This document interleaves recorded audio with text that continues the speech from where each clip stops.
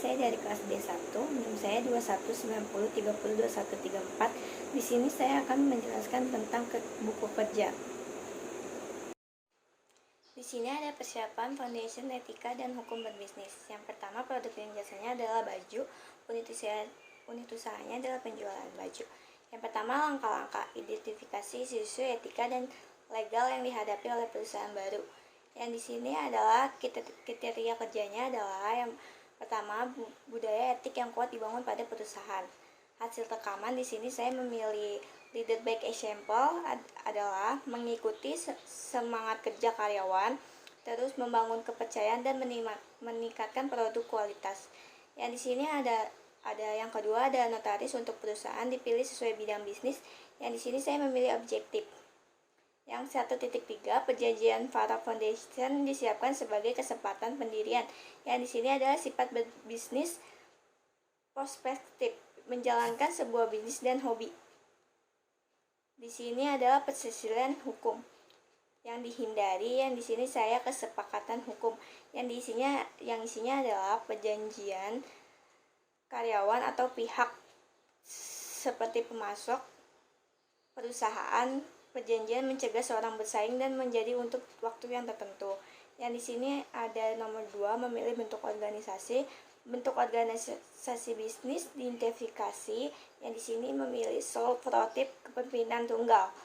Yang 2.2, isu-isu yang dipertimbangkan dalam memiliki bentuk hukum kepemimpinan berbisnis. Di sini isu-isu memilih bentuk organisasi dapat mencakupi sejauh mana set pribadi dan dimatikan dari kewajiban berbisnis. Yang ketiga, mendapatkan dan izin usaha. Persyaratan izin usaha yang dipenuhi adalah persyaratan usaha yang dapat mencukupi persyaratan pengajuan SIUP untuk perseorangan tetap atau PT.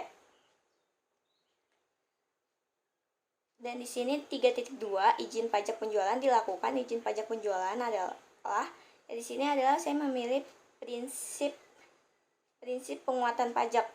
Yang isinya adalah prinsip pemasaran, keadilan dan kemampuan, prinsip kepastian, prinsip kenyamanan pembayaran, sama prinsip efisien. Yang di sini saya izin kerja profesional pekerja didapatkan dari izin yang profesional dalam kerja dapat mencakupi. Di sini memilih Kemenkes nomor 32 tahun 2013 tentang penyelenggaraan pekerja tenaga sinetralian. Yang kedua, menilai kekuatan dan kewajiban keuangan perusahaan baru. Di sini tetap sama, unit usahanya adalah toko baju, produk dan jasanya baju. Yang pertama adalah elemen identifikasi pengelolaan keuangan. Kriteria unjuk kerjanya di sini memilih stabilitas. Di sini ada status baik, sedang dan kurang. Saya memilih baik. Yang kedua adalah proses pengolahan keuangan yang diidentifikasi. Yang saya memilih investasi perkiraan keuangan, yang diisinya adalah pendapatan, pengeluaran, belanja modal. Hasilnya adalah baik. Yang ketiga adalah laporan histori keuangan. Di sini saya memilih neraca yang isinya baik. Yang di sini ada 4 perkiraan keuangan yang diidentifikasi. Jawabannya adalah perkiraan penjualan untuk perusahaan yang ada didasarkan pada 1. Catatan penjualan terdahulu, 2. Kapasitas produk dan permintaan produk yang saat ini, dan sifat faktor yang akan mempengaruhi kapasitas produk, permintaan dan produk pada kedepannya. Yang di sini adalah sedang. Yang ketiga adalah laporan proforma. Yang di sini saya mengisi performa neraca yang hasil unitnya adalah sedang. Yang di sini ration analisis. Yang di sini saya memilih likuiditas yaitu sedang. Jawaban dari kesimpulan di atas, rekomendasinya untuk itulah pentingnya laporan keuangan karena bisa mengetahui kinerja bisnis, untung dan ruginya, mengetahui aliran kas dan mengetahui perkembangan usaha yang kita miliki. Di sini ada buku kerja 3, mengembangkan dan mengelola tim usaha baru. Unit usahanya toko baju, produk dan jasanya baju. Yang pertama, langkah, rencana staffing, kriteria kerja. Di sini ada hasil rekaman yang sudah dijelaskan dari kedua buku kerja. Di sini ada kategori okupansi, tanggung jawab okupansi, tugas dan okupansi, persyaratan okupansi, kebutuhan pelatihan okupansi, sumber tenaga tenaga kerja, perkiraan mulai bekerja, dan full-time equivalent, perkiraan durasi kontak, rencana seleksi. Yang pertama adalah rekrutmen, pelantikan, pelatihan, dan mempertahankan tim. Rencana seleksi dibuat berdasarkan kriteria diseleksi kebutuhan bisnis dan persyaratan hukum. Yang pertama, rencana seleksi di sini adalah mengetahui lowongan untuk kebutuhan staf. Yang kedua, proses seleksi dilakukan untuk sesuai dengan kebijakan dan prosedur berbisnis. Yang di sini adalah proses seleksi mencakupi proses wawancara dan memilih kandidat berdasarkan kriteria seleksi yang disepakati.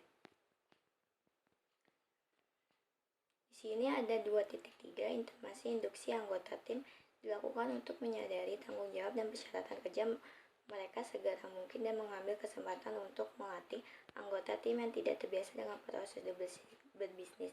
Intimidasi atau edukasi anggota tim mencakup menyediakan kandidat yang berhasil dengan kontrak kerja dan dokumentasi lainnya.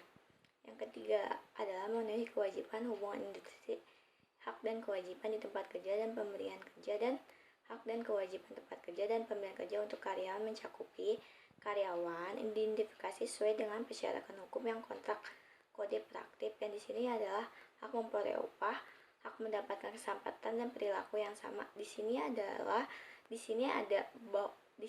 penjelasannya: hak mendapatkan pelatihan kerja, hak mendapatkan tenaga kerja, hak memilih waktu kerja yang sesuai, hak mendapatkan kesehatan dan keselamatan kerja. Kewajiban adalah kewajiban loyalitas karena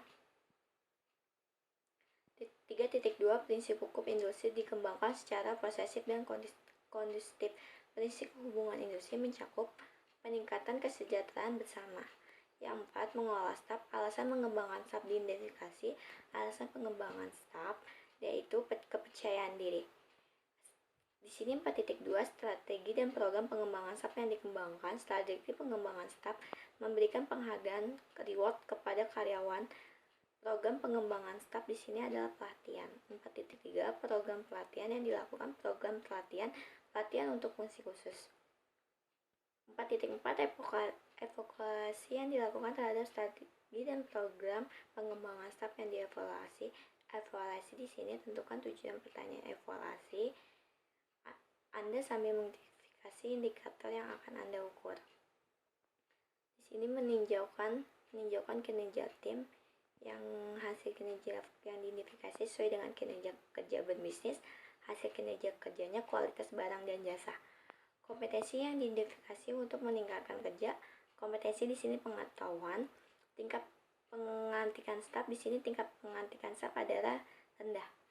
Komposisi tim diidentifikasi dalam meningkatkan kinerja proyek secara keseluruhan. Kelompok tim, kekompakan tim di sini kerjasama. Staffing toko baju, alamatnya Jalan Cisokan 3 nomor 165 RT 3 RW 4 Abadi, Kelurahan Abadi Jaya, Kecamatan Sumakarajaya. Di sini yang pertama adalah kategori okupansi kepala toko. Tanggung jawab wajib. Tanggung jawab kepala toko adalah merekrutmen calon karyawan, memotivasi pegawai, menjaga toko tetap kondusif. Yang tugasnya adalah mencapai target penjualan, mengetahui letak seluruh produk. Persyaratannya untuk itu adalah jujur, loyalitas,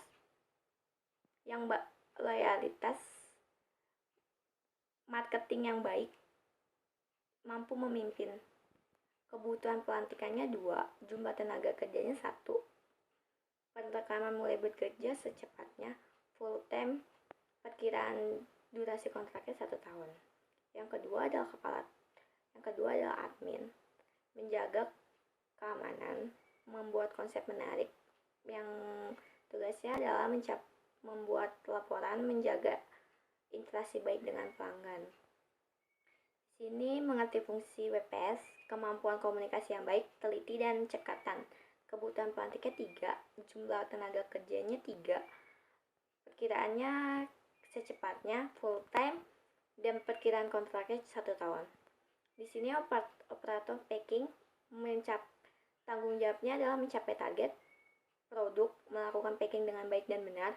Di sini tugasnya melakukan pendataan keluar masuknya barang, melakukan dengan sesuai SOP. Persyaratan kerjanya pekerja keras, dapat bersosialisasi dengan baik mampu bekerja dengan target. Di sini kebutuhannya 5, jumlah tenaga kerjanya 5, perkiraan mulai bekerja secepatnya full time, dan kontraknya 1 tahun.